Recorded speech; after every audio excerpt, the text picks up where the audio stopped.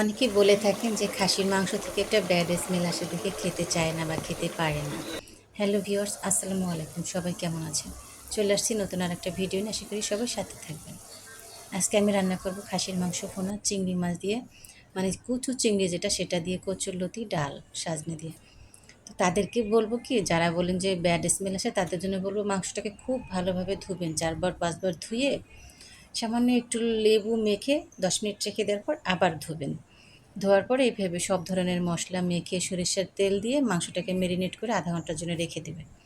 হ্যাঁ, এখানে আমি আর 1 চামচ লেবুর রস ব্যবহার করেছি, কারণ আগেরটা তো ধুয়ে ফেলে দিয়েছি। আধা ঘন্টা পরে কিন্তু এই যে কড়াইয়ে প্রথমে আমি তেল দেওয়ার পরে এখানে গোটা জিরে, শুকনো মরিচ, গোটা গরম মশলা এটা ফোড়ন দিছি। এটা যখন ফোড়ন চলে আসছে তারপরে এখানে দিচ্ছি রসুন কুচি আর পেঁয়াজ কুচি। পেঁয়াজ কুচিটা রসুন কুচিটা একটু লাল লাল করে ভেজে কিন্তু মাংসটা ঢেলে দিয়েছি।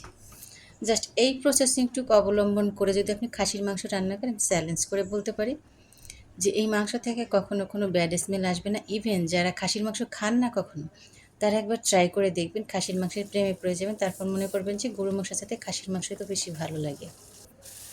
তো ওটাও পাশে হয়ে হয়ে যাচ্ছে। আর এই যে ডালটাও কিন্তু আমি সাজনে দিয়ে ডাল রান্না করছি, সেটাও বাগার দিয়ে নিলাম। এখন ধনিয়া পাতা দিয়ে নামিয়ে নেব। পরিমাণ কম কম নিয়েছি, কিন্তু রান্না 3-4 আইটেম। প্রায় 40 মিনিট ধরে আমি মাংসটাকে কষিয়েছি। মাংস থেকে যে পানিটা বের হয়েছিল সেটা ভালোভাবে কষিয়ে একেবারে শুকনো যখন তেল চলে আসছে, তখন কিন্তু আমি গরম পানি দিয়ে ঢাকা দিয়ে দিয়েছি। কলমি শাক ভাজি করব, তো কলমি শাকটা দিয়ে কিন্তু লবণ আর জাস্ট কাঁচামরিচটা দিয়ে ঢাকা দিয়ে দিয়েছিলাম। কলমি শাকটা এত মানে এত একেবারে লকলকা ছিল, যেটা একেবারে জালি তরতাজা। মানে একবার ঢাকা দিছি আর ঢাকা দেবো না, আবার ঢাকা দিলে শাকের কালারটা চেঞ্জ হয়ে যেত, এবং হয়ে যেত, গলে যেত। আর শাক কিন্তু গলে গেলে লেটটা হলে ভালো লাগে না, একটু ঝরঝরে হলে সুন্দর লাগে। আর শাকে কখনো পানি রাখবেন না।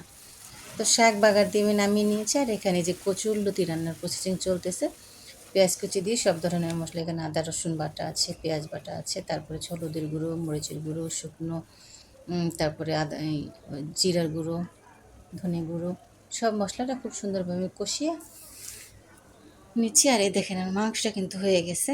এটা কিন্তু কোরবানির মাংস। এখন কিন্তু জাস্ট ভাজা জিরের গুঁড়ো দিয়ে আমি চুলার উপর ঢাকা দিয়ে রেখে দেবো 4-5 মিনিট একেবারে লো হিটে।